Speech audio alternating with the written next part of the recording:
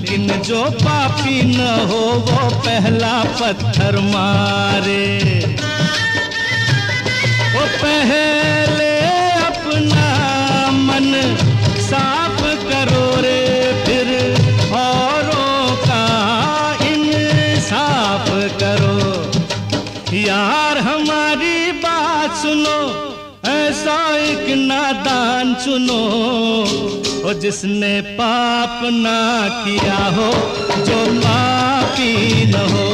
जिसने पाप ना किया हो, जो पापी न हो।